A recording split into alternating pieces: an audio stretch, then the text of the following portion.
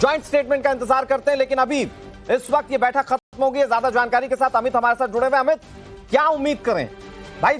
जैसा कि हमारे साथ जो एक्सपर्ट्स बैठे हुए हैं वो कह रहे हैं कि कायनात आज की ये मजबूरी बताती है दोनों देशों को, ये जरूरत बताती है दोनों देशों की कि दोनों साथ आए।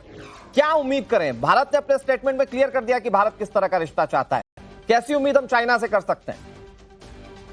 देखिए, मुझे लगता है एक अच्छे माहौल पे बातचीत की जो कोशिश हो रही है, एक नए सिरे से बातचीत को दोनों देशों को नजदीक आए हैं, ये अच्छी बात है।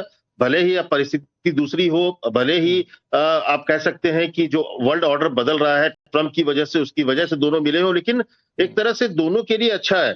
मुझे लगता है कि देखिए, भारत आज जो टैरिफ वॉर है, ऐसे समय पर अगर कहा जाता है ना कि अमित, मैं आ रहा हूं आपके पास। द्विपक्षीय मीटिंग में शी जिनपिंग ने क्या कहा वो अपने दर्शकों को बता देते हैं। अंतर्राष्ट्रीय स्तर पर हालात अस्थिर हैं, भारत और चीन लोकप्रिय देश हैं, शी जिनपिंग इस बात को मानते हैं। और क्या कहा उन्होंने वो मैं आपको आगे बताऊंगा, लेकिन शी जिनपिंग इस बात को मान रहे हैं कि अंतर्राष्ट्रीय स्तर पर हालात अस्थिर हैं, भारत और चीन लोकप्रिय देश हैं, यह शी जिनपिंग ने कहा है।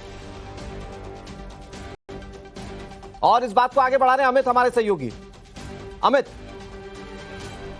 पॉजिटिव जो है, पॉजिटिव बातें जो है वो शी जिनपिंग की तरफ से भी आ रहा है, क्योंकि उनकी तरफ से भी प्रयास किया जा रहा है कि कैसे पॉजिटिव नोट पे बात को आगे बढ़ाया जाए। उनको भी इस बात का एहसास है कि भारत का जो बाजार है वो उनके लिए जरूरी है। प्रधानमंत्री का जो फर्म डिसीजन है, चाहे वो बॉर्डर को लेकर हो, लेकिन आत्मनिर्भर भारत को लेकर हो, अपनी इकोनॉमी को आगे बढ़ाने को लेकर है, इन बातों को भी वो समझ रहे हैं। लेकिन मुझे लगता है कि इसीलिए जो बात हमारे जो सेना के सीनियर्स जो है वो अपनी जो कंसर्न है उनकी सही बात है कि कहां पर साउथ चाइना सी से लेकर तमाम दक्षिण की बात वो कर रहे हैं। लेकिन मुझे लगता है इस बात को प्रधानमंत्री मोदी भी समझते हैं और शी जिनपिंग भी समझ रहे हैं कि विश्वास भले आपस में उस तरह से नहीं हो, लेकिन विश्वास